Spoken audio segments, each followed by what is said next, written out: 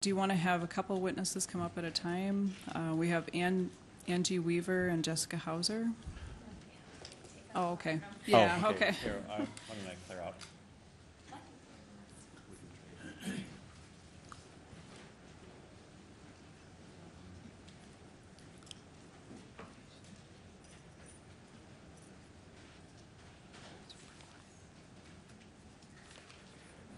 Welcome, and thank you for joining us. And please introduce yourself for the record.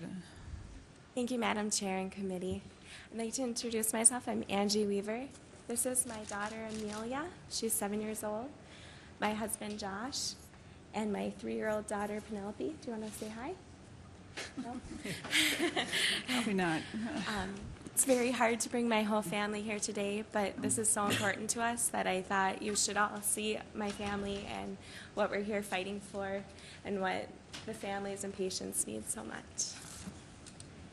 My name is Angie Weaver. I am a stay-at-home mom from Hibbing, Minnesota.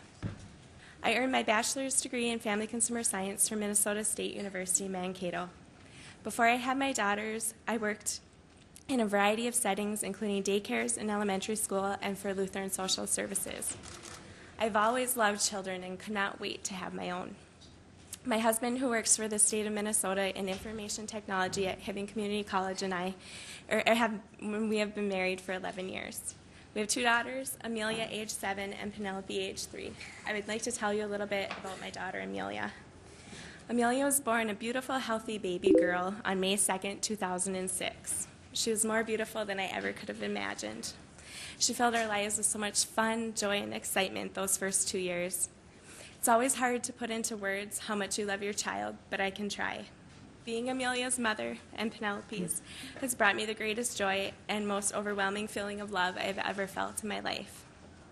Amelia hit all her developmental milestones until she turned 18 months old. At 18 months old, she caught the flu and had a seizure in our pediatrician's office.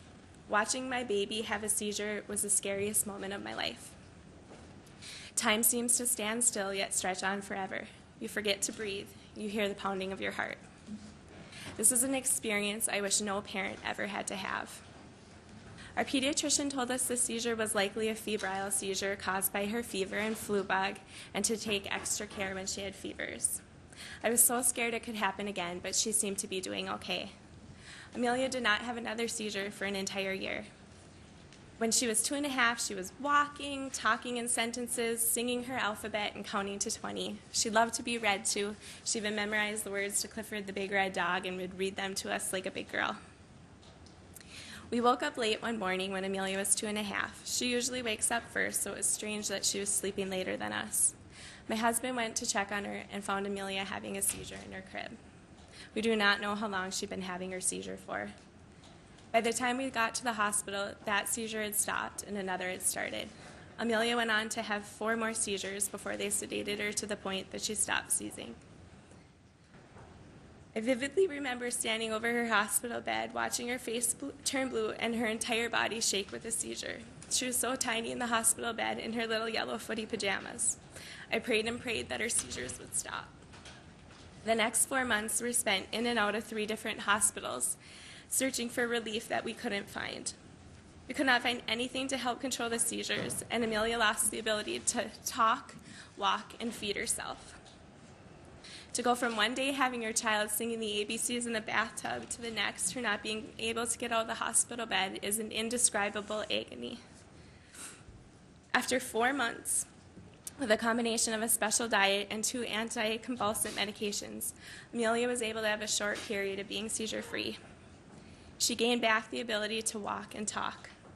I resigned myself to the fact that she would suffer from seizures, but I believed that we had more control over the situation.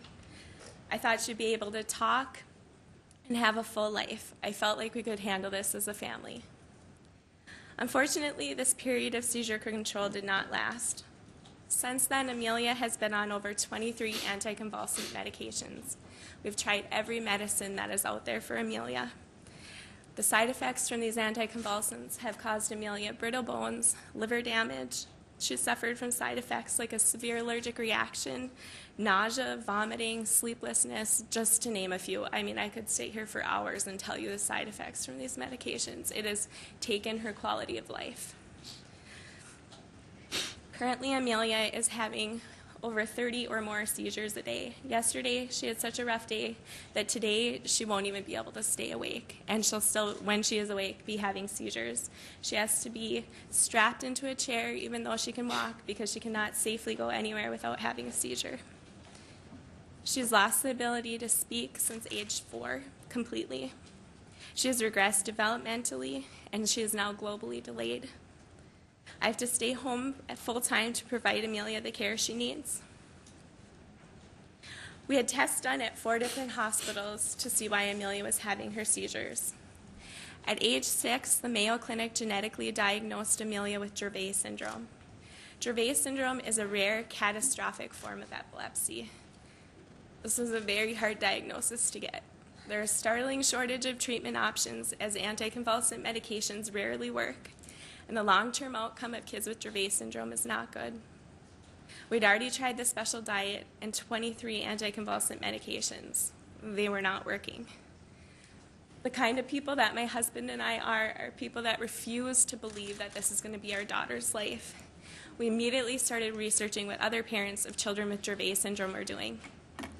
We are amazed to hear all the reports of success of parents treating their children with Dravet syndrome with a specific form of medicinal cannabis. This specific form of medicinal cannabis has high levels of CBD, which do not induce the same psychoactive and physiological effects often associated with marijuana. The CBD is extracted and mixed with an oil to be administered with a dropper orally, just like her other medications. Children using this medicine have regained skills, cognitive function, and it's giving them seizure control.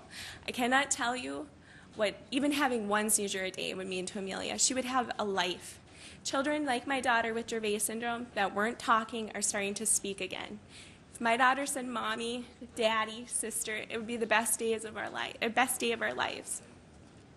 I didn't want my daughter to suffer one more day. I wanted to get her the medication that would help her. After further research, we concluded that the only way my daughter can have the medicine that she needs to control her seizures would either be to move to a state where medical cannabis is legal or to help change the law in our beloved home state of Minnesota.